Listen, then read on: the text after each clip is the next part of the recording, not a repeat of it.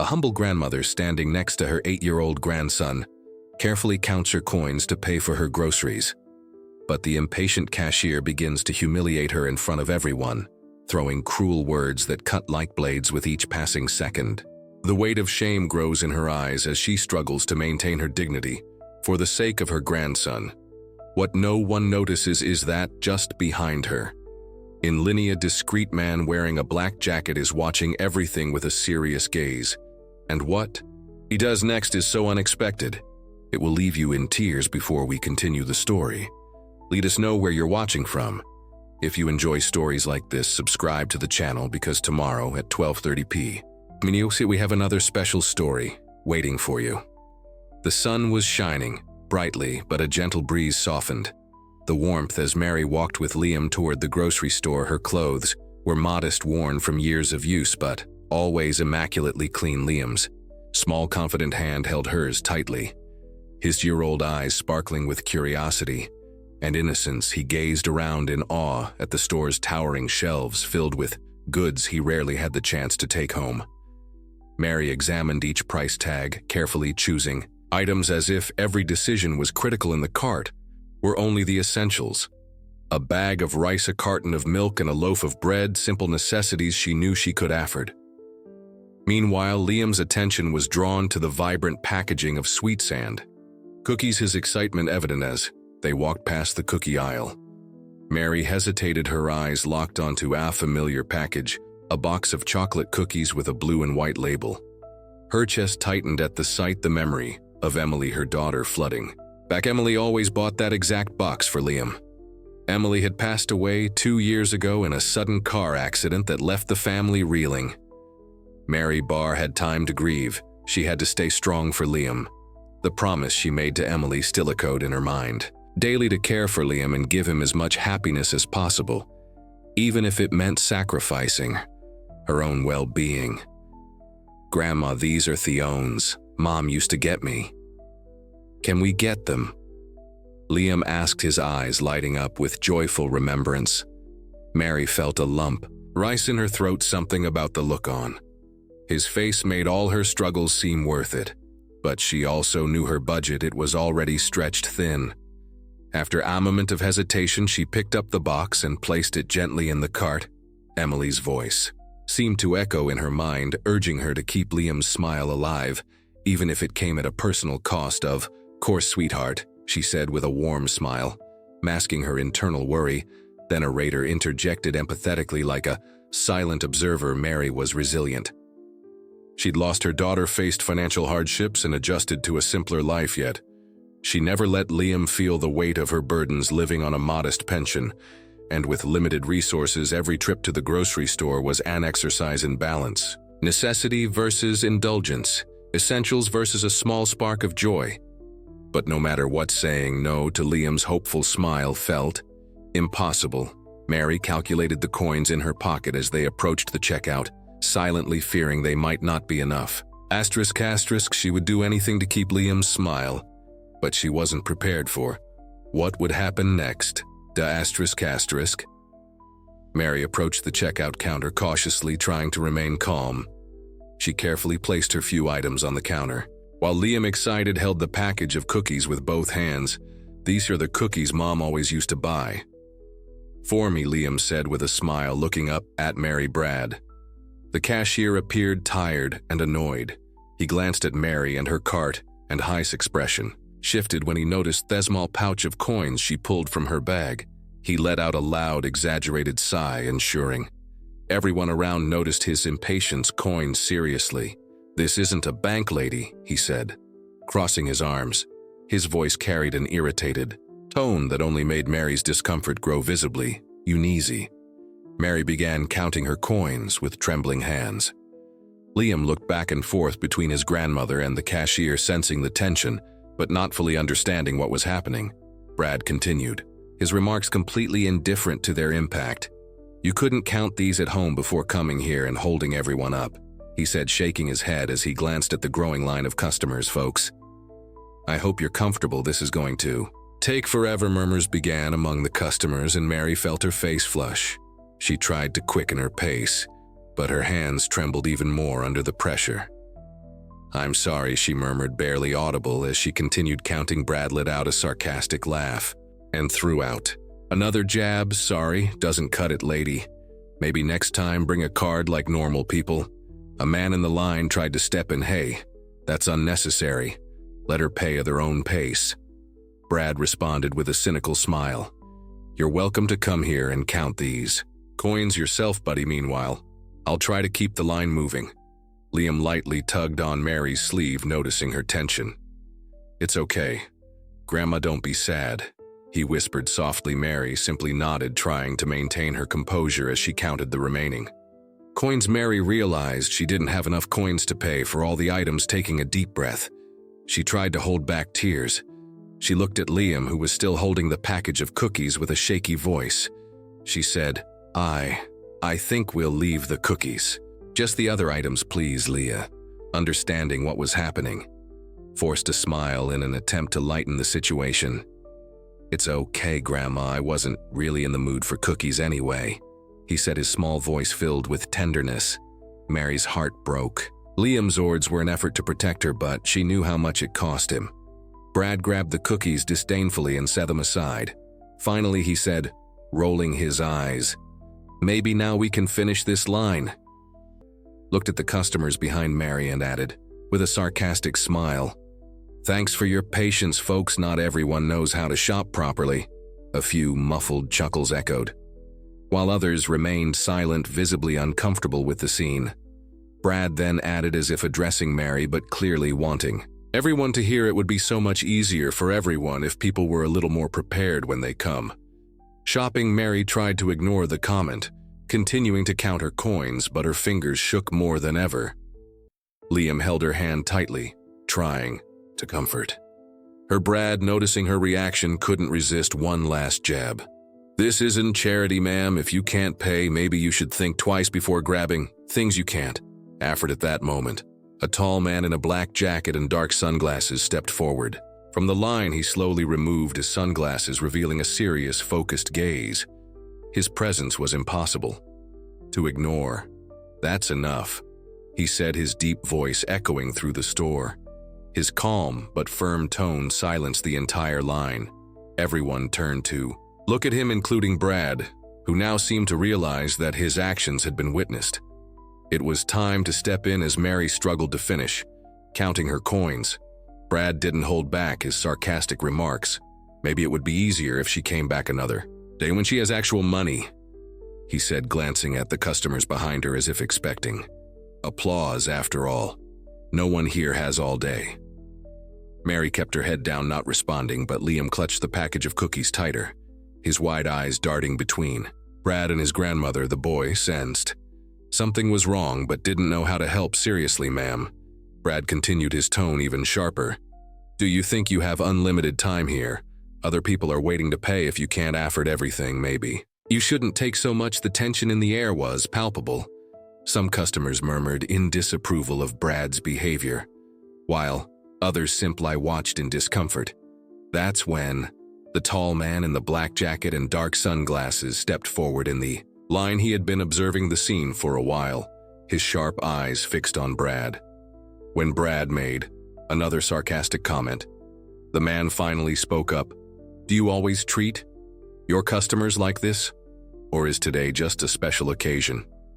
His voice was deep but calm, each word carefully measured. Brad looked up, surprised by the interruption. "And who are you exactly?" her lawyer scoffed, trying to maintain control of the situation. The man slowly removed his sunglasses, revealing a serious and determined gaze. His presence was commanding, but Brad still didn't seem to recognize him. "No," the man replied firmly. "Just someone who doesn't tolerate disrespect." The murmur among the customers grew louder. Some began to realize who was standing in front of them, but Brad remained oblivious. Harold his eyes and tried to brush it off. "Look, sir, this isn't disrespect. I'm just trying to speed things up. This lady is holding up the line with her sack of coins. You think respect is optional in your job?" the man asked, tilting his head slightly. "She's paying just like everyone else. What makes you think you have the right to treat her this way?" Brad faltered for a moment but quickly regained his defensive posture. "Sir, I'm just saying it's not fair to the other customers." Everyone here is in a hurry. Fair, the man repeat with a slight smile. What's not fair is making a grandmother and her grandson feel humiliated. Just because you're impatient, maybe you should rethink what fairness really means. Brad opened his mouth to retort, but the murmurs in the line interrupted him. Wait, is that Keanu Reeves? Someone whispered loud enough to draw attention. Brad's eyes widened in shock, his expression shifting from arrogance to disbelief. Keanu Reeves, he stammered. Keanu stepped closer, leaning slightly toward Brad. That's right. And now you know who's asking you to treat people with dignity. Keanu turned to Mary and Liam, his expression softening. He glanced at the cookies in Liam's hands and said, "These cookies look delicious. I think they should definitely go home with you." Today Mary tried to speak, but the words wouldn't come. She could only nod, her emotions overwhelming her. Keanu then looked back at Brad and asked, "Cancel this transaction for me. It must take a long time to avoid a purchase, right?" Brad, still flustered, responded hesitantly, "Well, yeah. I mean, it depends. But it can take some time." "That's a shame," Keanu said with a calm smile, "because we're going to cancel this purchase now." Brad looked at him confused. "Cancel? But you just paid." Keanu shrugged.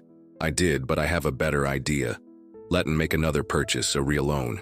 Mary and Liam deserve much more than this. And you, Brad, can use the time to reflect on how you treat people." Turning back to Mary and Liam, Keanu smiled warmly. "Let's grab another card and do a proper shopping trip. I want you to pick out everything you really need, and Liam, you can pick out some toys too." Mary shook her head, her voice trembling. I can't accept this, it's too much." Keanu gently took her hand and said, softly, "You've done so much for him now, it's my turn to help. Sometimes accepting help is the hardest and most courageous thing we can do." Liam looked up at Mary with an eager smile. "Can we, Grandma? Please." She took a deep breath and nodded. "Thank you, truly."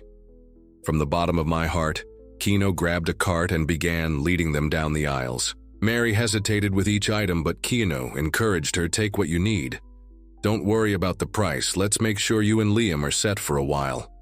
Liam, grinning more than he had in months, pointed out toys and treats. Keanu laughed and said, "If your grandma says yes, it goes in the cart." As the cart filled up, Keanu turned to Brad. "One last time, remember, Brad, kindness is the one thing that truly changes the world. Think about that while you void that transaction." The customers watched the scene unfold, many visibly moved and inspired by Keanu's generosity. Mary held Keanu's hand tightly as Liam clutched the now full cart of groceries. "Litun. Pay now," Keanu said, taking charge at the checkout. This time he personally managed the transaction, ensuring everything went smoothly.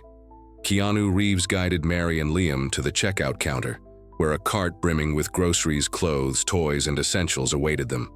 Liam, visibly more cheerful, held a small toy truck in his hands, clutching it carefully as if he couldn't believe it was truly his. "Let's pay for all this," Keanu said calmly to the cashier, who was someone new.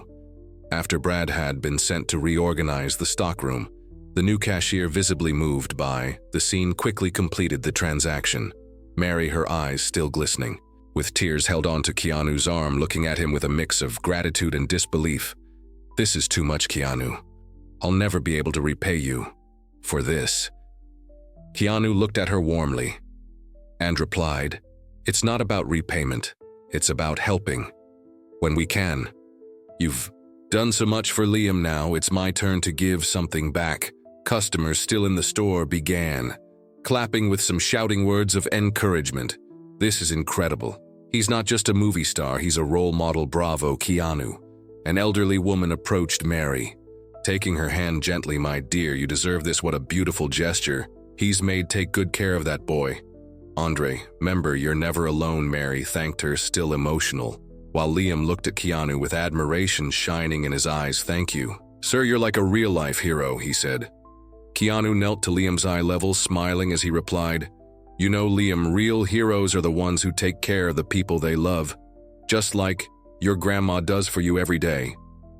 As the scene unfolded, Brad, watching from a distance, finally mustered the courage to approach. Visibly embarrassed and struggling for words, he said, I'm sorry. I shouldn't have treated you like that." I was wrong. Keanu regarded him for a moment, but his gaze held no judgment. With a calm tone, he said, "You don't need to know someone's story to treat them. With respect, kindness is a choice. Brad and we all have the power to make it use this moment to be better." Brad lowered his head, clearly moved by the response, and walked back to the stockroom silently, promising himself to change his attitude in the days that followed. Mary still struggled to process everything that had happened. She and Liam were at home organizing their groceries when the phone rang. It was an unexpected call. "Hello." Mary answered, her voice slightly apprehensive. "Hi, Mary, this is Keanu," the unmistakable voice replied. Mary nearly dropped the phone. "Keanu, I didn't expect to hear from you. I hope you're doing well. I called because I wanted to share something. I've spoken to some people, and we've decided to do more for you. And Liam, I want to fund his education. He'll have access to the best opportunities we can provide." Mary wassled for a moment, trying to absorb what she had just heard. "This is unbelievable. I don't even know how to thank you." "There's no need to thank me," Keanu replied warmly. "Just keep being the amazing grandmother you already are." Meanwhile, the story of Keanu and Mary had already spread across the internet. A customer had recorded the moment. Keanu stepped in at the store, and the video quickly went viral. That thousands of comments flooded social media with messages of hope and inspiration. This is the kind of example the world needs. Keanu Reeves is an angel on earth. This reminds me to be kinder in my daily life. The grocery store all sounder went. Changes inspired by Thestri's impact, the manager announced new training programs for employees focusing on empathy and customer respect. Brad, at the center of the incident, volunteered to lead the training, determined to make amends for his mistakes. He also sought out Mary to apologize again, this time with sincerity. "I didn't know what you were going through. That's no excuse, but I want you to know I'm working to be a better person." Mary accepted his apology, touched by his humility. A few weeks later, Mary and Liam were at the park. Liam held a new soccer ball he had picked out during their shopping trip, running around joyfully. Mary sat on a bench, watching him with a smile of deep contentment, feeling a peace she hadn't felt in years as she admired Liam. A black car pulled up. Nearby, Keanu stepped out, dressed casually, carrying a small package. "Hi, Mary. I thought you and Liam might like this," he said, handing her the package. Inside were framed photos of Mary and Liam smiling at the store that day, along with message to remind you that kindness always wins. Mary hugged him here. "Emotions overwhelming. You didn't just change our lives, Keanu, you gave us hope." Keanu smiled and replied, "You've inspired me just as much as I hope I've inspired. You keep being incredible." If you enjoyed this story, we have many more that will warm your heart. Click the screen to explore more stories of hope, compassion, and resilience.